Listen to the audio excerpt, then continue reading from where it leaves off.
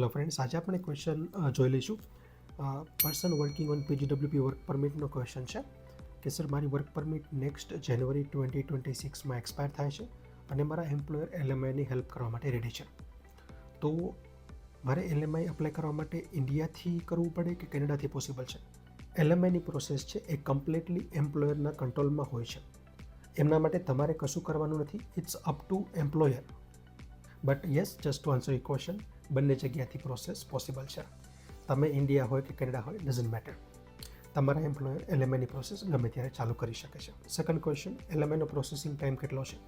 તો LMI processing may take approximately 6 to 7 months from the day your employer starts LMI process. And third question છે કે મારી પીજીડબ્લ્યુપી extend થઈ શકે એલએમઆઈના based ઉપર કે નહીં?